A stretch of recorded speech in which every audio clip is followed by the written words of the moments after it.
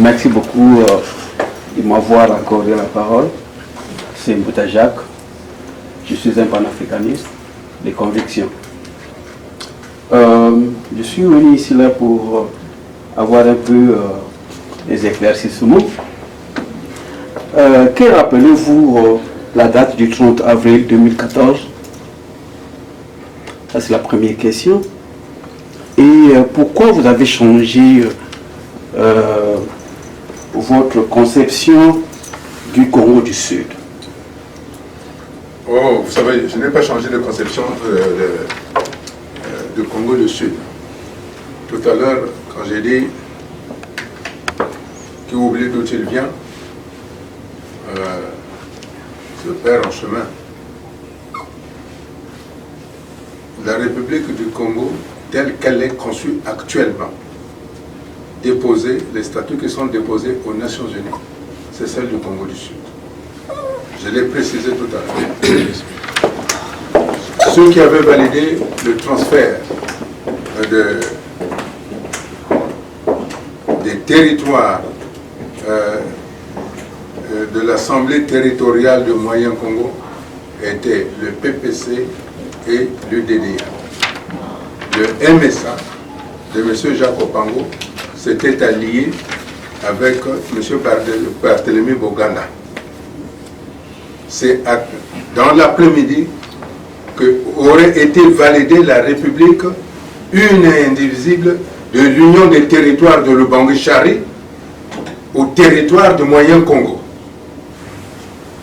Mais cette union des territoires de l'Ubangi-Chari, c'est-à-dire de la partie septentrionale, et des territoires du Moyen Congo, c'est-à-dire de la partie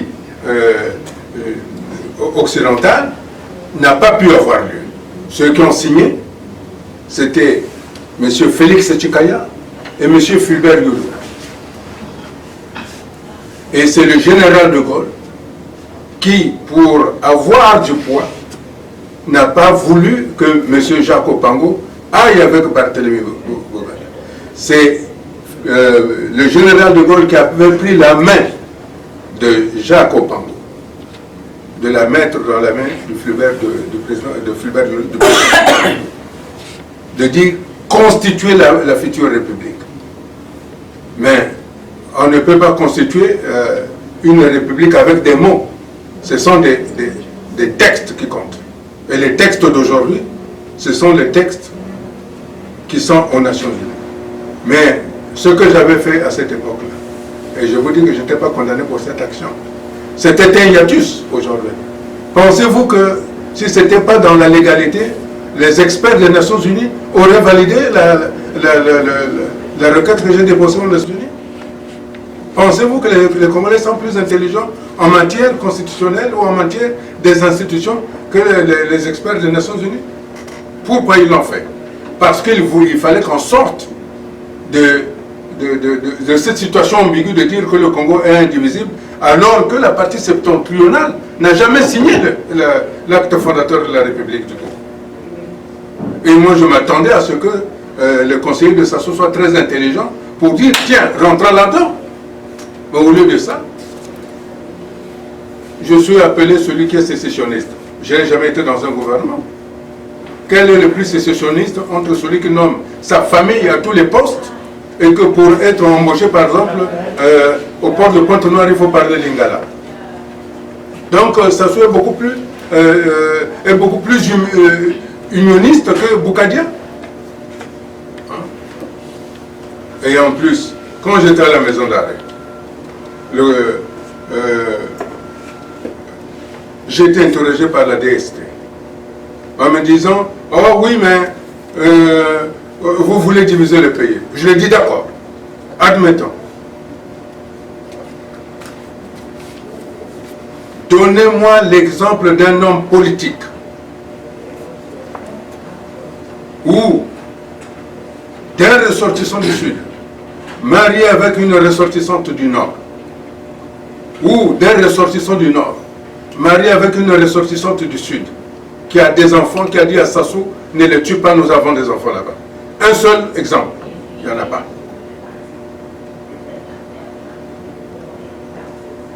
quel est ce Congo, un et indivisible, on tue une partie de la population et tout le monde reste calme.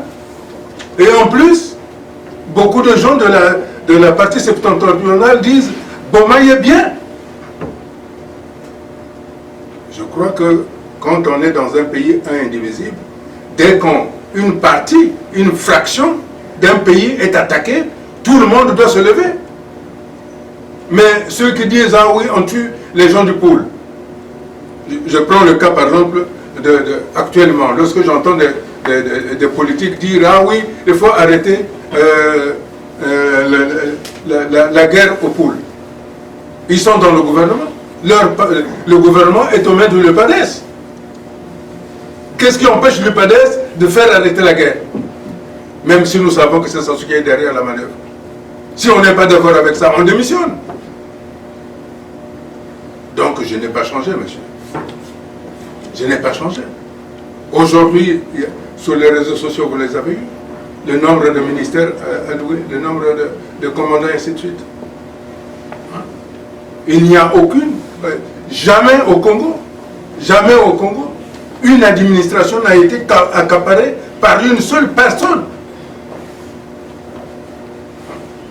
Donc voilà, la date. Et aussi paradoxalement, puisque vous m'avez donné le 30 avril. Le 30 avril en 2014. C'est pas celle-là? C'est au moment, c'est pas exactement celle-là, c'est le 9. C'est le 9 avril 2014. Je ne savais pas. Pendant qu'on me condamnait à 30 ans de travaux forcés, j'ai envoyé à l'ONU que l'ONU dépêche une commission d'enquête pour savoir si nous pouvons aller vers une fédération comme les États-Unis d'Amérique, un État du Sud, un État du Nord, pour faire une république fédérale. Voilà ce qui me rappelle. Mais ce n'est pas pour ça que j'étais condamné. J'étais condamné parce que j'avais demandé en 2013 la mise en place d'un gouvernement d'union nationale. Ça veut dire que le pouvoir de M. Sassou n'est pas pour l'union nationale. Sinon, il ne m'aurait pas condamné. Ok, M. Boukadé, j'ai compris. Mais il y a une deuxième question qui est la suivante. Que pensez-vous de la restauration de la démocratie au Congo et quelle est cette démocratie, vous pensez, pour le Congo? Pour l'instant, je ne pense pas que le problème puisse être posé en ces termes.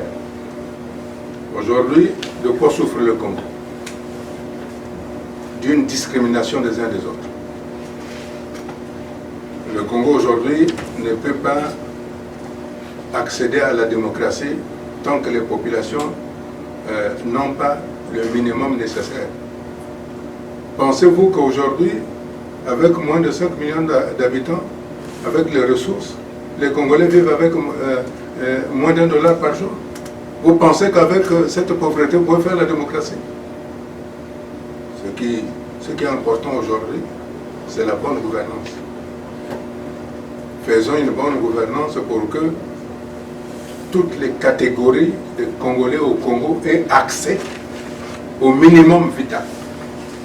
Lorsque nous aurons une bonne gouvernance, lorsque les Congolais seront en mesure de se soigner, de se nourrir, de se vêtir correctement, lorsque tous les Congolais seront en mesure de satisfaire les besoins vitaux de leurs enfants, à ce moment-là, nous pourrons parler de quelle démocratie? Moi, ce que je souhaite aujourd'hui, et ce que j'attends aujourd'hui, notamment ce que je suis venu chercher au niveau des États-Unis d'Amérique, c'est que les Congolais, les Congolais de l'étranger, avec l'expertise qu'ils ont acquis, puissent rentrer au Congo à la faveur de la conférence internationale qui soit sera suivie ou précédée de l'audition au Congrès, pour mettre ces talents que vous avez acquis ici au service du Congo, à l'exemple du Rwanda. Le Rwanda a été un champ de mine. M. Paul Kagame a fait venir les Rwandais de l'étranger en leur donnant des responsabilités. Aujourd'hui, le Gabon, le Rwanda, est en train de survivre à lui-même. toutes les intelligences congolaises sont à l'étranger. Comment voulez-vous parler de démocratie alors qu'au Congo, il n'y a plus personne qui peut parler de démocratie? Tous ceux qui sont là-bas courent après leur gain. Personne au Congo, quand il parle, oui, la démocratie, c'est une façon de dire à quel moment vous allez me donner ce que je vais mettre dans la poche. C'est la raison pour laquelle, cher monsieur, que je souhaite, et j'espère que je serai entendu, c'est que tous les Congolais qui sont à l'étranger, à la faveur du changement de la conférence internationale, puissent rentrer et que ces intelligences-là soient mises à la disposition du Congo pour avoir un mieux-être. Merci beaucoup, Mbouta. Je pense que je termine par là, sans pourtant dire que non, mais il faudrait que les Congolais puissent faire l'expertise dans ce qu'on appelle la démocratie. Posons-nous la question, est-ce que cette démocratie-là reflète notre société? Parce que ceux qui nous ont mené la démocratie, chez eux, ils ont 2 partis politiques, 3 partis politiques. Et ils ont parfois une seule langue. Alors que chez nous, nous avons la diversité des langues. Nous avons la diversité des tribus et d'ethnies. Alors, est-ce qu'il ne serait pas possible que le Congo aujourd'hui, l'élite congolaise puisse s'asseoir, de réécrire la démocratie au modèle du Congo? Parce que nous sommes une société qui est totalement différente de l'Occident. Ça, c'est mon point de vue. Parce que la démocratie qu'on nous a amenée, aujourd'hui, ça nous donne un champ dans le tribalisme, dans le régionalisme. Aujourd'hui, si je suis président, ce sont ceux qui sont à côté de moi qui peuvent être de mon côté. Donc voilà pourquoi aujourd'hui, l'élite ou les intellectuels congolais doivent bien réfléchir pour voir quelle est la démocratie qu'il nous faut pour notre pays. Parce que ce que nous avons aujourd'hui comme démocratie, et je vous assure, un jour vous allez dire que non, mais les gars là avaient raison, on n'ira nulle part. Parce que ça ne reflète pas l'image de notre société. Merci beaucoup. Vous savez, je pense que vous me rejoignez. Si j'ai bien compris, vous me rejoignez. J'ai dit ceci, il faut qu'on reparte à la base. J'ai dit, prenons le cas des États-Unis d'Amérique. Combien d'années ont-ils fait pour asseoir la démocratie dans ce pays? Plus de 200 ans. 200 ans. Voilà. Et je dis très bien, ce qui est important, c'est la bonne gouvernance. Quand vous parlez de la bonne gouvernance, on ne parlera pas de tribus. Mais par contre, vous savez que c'est une richesse d'avoir plusieurs tribus. Yes. C'est une grande richesse. C'est la manipulation de la tribu qui est dangereuse. J'ai dit, asseyons, mettons en place la bonne gouvernance. Et ça ne sera plus le pouvoir ni de Mouchi, ni de Bembe, ni de Tsangé, ni de Vili, ni de Laré, ainsi de suite. Parce que quand vous avez la bonne gouvernance, il y a des contrôles. S'il n'y a pas de bonne gouvernance, c'est le laisser aller de ce qui se passe aujourd'hui. Parce que là, il n'y a rien. Êtes-vous d'accord que quelqu'un qui est au sommet, qui conçoit des règles, qui impose des règles, ces mêmes règles ne soient pas suivies?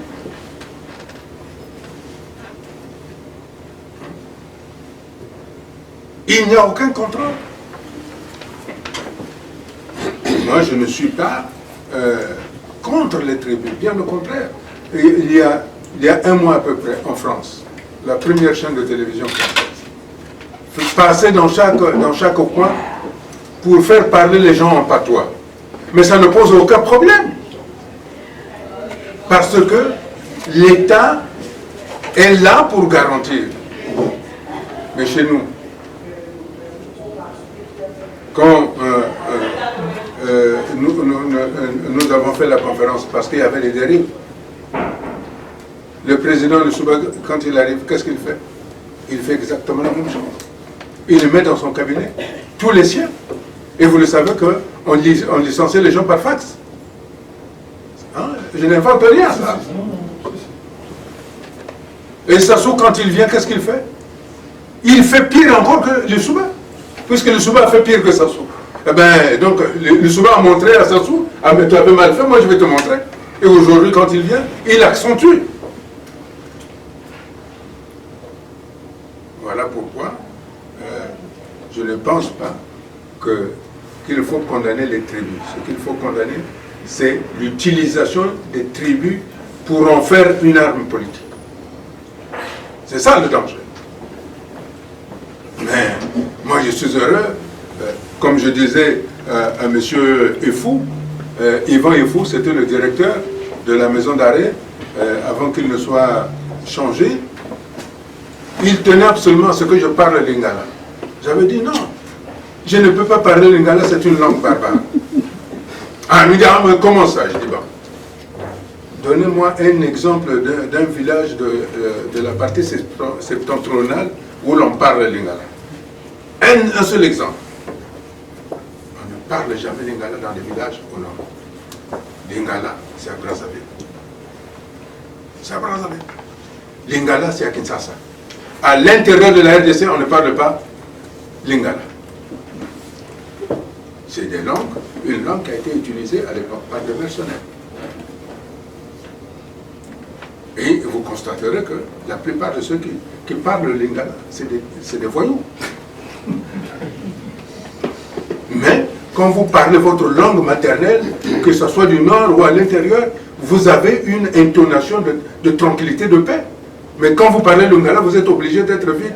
Et puis, beaucoup de choses. C'est comme, par exemple, chez les Juifs, on n'insulte jamais en hébreu. Parce qu'il n'y a pas d'injure en hébreu. Et il y a certaines langues au Congo où il n'y a pas d'injure, on est obligé d'utiliser une langue. C'est pour ça que le Congolais en lui-même, le qualificatif congolais, c'est un étymon. C'est-à-dire le terme congolais n'existe pas en français. C'est une déviation qui a été utilisée par les Français en particulier, ne sachant pas comment appeler ces habitants-là, on a juxtaposé avec le fleuve Congo, congolais. C'est ce qui fait la difficulté que nous n'avons pas de culture nationale. Déjà parce que nous-mêmes, on n'arrive pas à nous identifier en tant que qui sommes-nous. C'est ce qui fait la prédominance des uns et des autres. Donc il nous faut déjà, comme vous le disiez,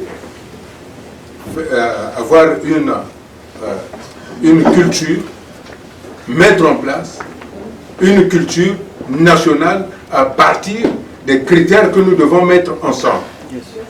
Par exemple, pour commencer, si on dit le Lari aime manger le manioc avec le poisson salé ou le piment, on déclare ça comme étant une atteinte, une injure. Vous le dites, vous êtes puni. Oh, les bébés aiment bien les pieds de cochon. C'est une injure. Vous allez voir que petit à petit, on va se respecter. Et à ce moment-là, nous allons acquérir une culture commune. Parce que mine de rien, ces petits riens-là, ça nous enfonce dans le repli identitaire. Vous vous souvenez de, par exemple, je prends le cas de la Bouenza. Quand le président Pascal Souba a pris le pouvoir, qu'est-ce qu'on n'a pas dit? Ah, cette fois-ci, les Larés, vous allez nous laver les pieds parce que vous nous dites que nous avons des chics. C'est une réalité. Ça veut dire que lorsqu'on dit des petits mots comme ça, ça rentre, ça entretient la haine, ça entretient la violence. Mais si c'est ça, ces mots-là sont constitués comme étant des atteintes ou des injures à caractère tribal ou à caractère je ne sais pas quoi, vous verrez que nous allons devenir civils facilement. C'est des petites choses comme ça qui vont constituer pour nous la base d'une nation.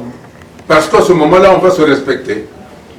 Or, aujourd'hui, dès que Bougadia parle, oh, la roue, ainsi de suite. Voilà. Voilà comment ça se passe. Et il n'y a pas de respect. Et c'est la seule façon où nous pourrons arriver de ce qu'on entend, tout sauf. C'est ça. Donc, je crois, c'est à nous, c'est à vous, qui êtes à l'étranger, qui vivez avec une expérience extraordinaire d'intégration dans une culture qui n'est pas la vôtre, mais qui en avait fait la vôtre avec une certaine identité. C'est cette expérience-là que nous devons transposer avec nos valeurs nous-mêmes. Et pour terminer sur cette question, il y a aussi la perversion des mœurs. Certaines mœurs sont acceptées dans une contrée. Ces mêmes mœurs ne sont pas acceptées dans d'autres contrées, mais on les impose. Et ça aussi, ce sont des situations qui entretiennent une certaine distance. Alors, comment doit-on faire? Est-ce que nous devons faire comme aux États-Unis où il y a une constitution énorme comme ça, où tout est codifié? Pourquoi pas? Comme ça, chacun de nous doit étudier chez les uns.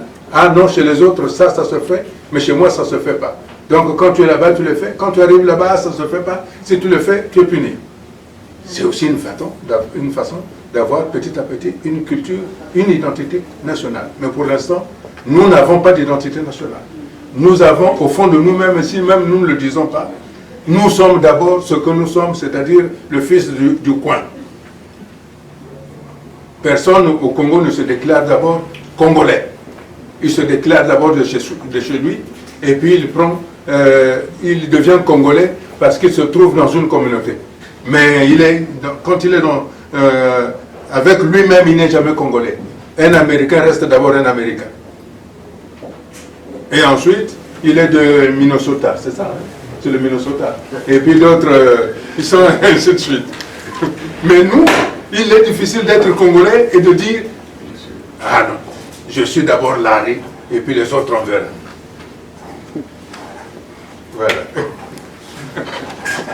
Atteindre, c'est d'amener à l'avènement de la conférence internationale. Ça, c'est irréversible. Et la conférence internationale devra prendre les dispositions indispensables pour que M. Sassou s'en aille d'une façon ou d'une autre. À Paris, le 27 janvier, j'ai dit ceci. Il a deux choix entre la façon du président sud-africain qui est parti, ou du Zimbabwe, ou du printemps arabe, ou de Kadhafi. C'est son choix. C'est lui qui doit choisir. Mais là où je suis, il doit partir pour libérer le Congo. Ce que je souhaite, c'est qu'il ait, pour ses petits-enfants, qu'ils partent de manière digne. Parce que je ne ferai jamais un pas en arrière. Voilà ce que je peux vous dire. Je dois amener le Congo à la conférence internationale. Voilà. Et c'est la conférence internationale qui doit déterminer la manière à laquelle les décisions qui seront prises par la conférence internationale seront opposables à tout le monde, à tous, société civile, associations religieuses, partis politiques, à tout le monde. Comme je l'ai dit à l'agence Reuters, chaque homme décide à sa manière, de la façon dont il va laisser son nom sur l'histoire. Une question. La dernière question peut-être pour moi. Monsieur Bougadia, sorry. Il y a un proverbe qui dit que un peuple se libère de lui-même. Qu'est-ce que vous en pensez? Je dis bien que je respecte vos démarches aux côtés de ceux qui peuvent amener la libération. Je vais vous dire une chose, monsieur. Je sais où vous voulez arriver avec votre question. Vous savez que j'ai sauvé la vie de Sassou par 2 fois. J'aurais pu le laisser tuer. Mais je ne voulais pas qu'on dise « Ah, les Bas-Congo ont tué Denis » pour qu'on s'acharne de nouveau sur les régions du Sud. Donc aujourd'hui, si je dis que nous devons aller à la conférence internationale, parce qu'aujourd'hui le Congo n'a pas les moyens, les Congolais n'ont pas les moyens de se libérer eux-mêmes. Ça, il faut que nous le comprenions. Monsieur Sassou, vous savez que dernièrement, il a exposé devant ses pairs de RDC, de l'Angola et du Gabon, si on l'embêtait, il utilisait le gaz sarin. Heureusement que ses pères ont dit, ça, nous ne sommes pas avec vous. Il faut être réaliste quand même. Vous savez ce que c'est que le gaz sarin? Ce qui a permis aux Américains, au président Bush, de bombarder la Syrie. Est-ce qu'un président... Trump, oh là là, c'est pas vrai. Est-ce que vous vous rendez compte? Quelqu'un qui se dit président de la République, capable d'utiliser du gaz sarin sur son peuple? Il y a quelque chose que je ne comprends pas. Ne faisons pas de la philosophie, cher monsieur. Je ne suis pas pour la violence. Ça, il faut qu'on l'entende. Moi, je suis un démocrate. Je suis pour la paix. Et je ne souhaiterais pas arriver à un affrontement parce que je n'en veux pas. Ce que je souhaite, c'est que nous arrivons à une conférence internationale. Une tierce personne doit nous prendre en charge. Les Congolais aujourd'hui sont incapables de s'entendre par eux-mêmes. Ça, il faut que chacun de nous doit le comprendre. Nous sommes des lâches. Donc, il n'y a que, comme j'ai pris l'exemple d'un féticheur étranger qui rentre dans le pays la nuit. Et le lendemain, on nous fait entendre. Et aujourd'hui, la seule puissance qui est capable de nous entendre, de nous faire entendre raison, ce sont les États-Unis d'Amérique et l'Union européenne. C'est aux conférenciers de décider du sort de M. Sassou. C'est tout ce que je dis. Donc ne me dites pas, un peuple se libère par lui-même. Un peuple qu'on a matraqué là. Et un peuple se libère par lui-même si on arme ce peuple-là. Mais si vous armez ce peuple-là, imaginez que M. Sassou utilise le gaz sarin. Au moins il a dit quelque chose de positif. C'est qu'il a dit à la face du monde qu'il en possède. Voilà. Ah oui. Il en possède. Donc il devient un président dangereux.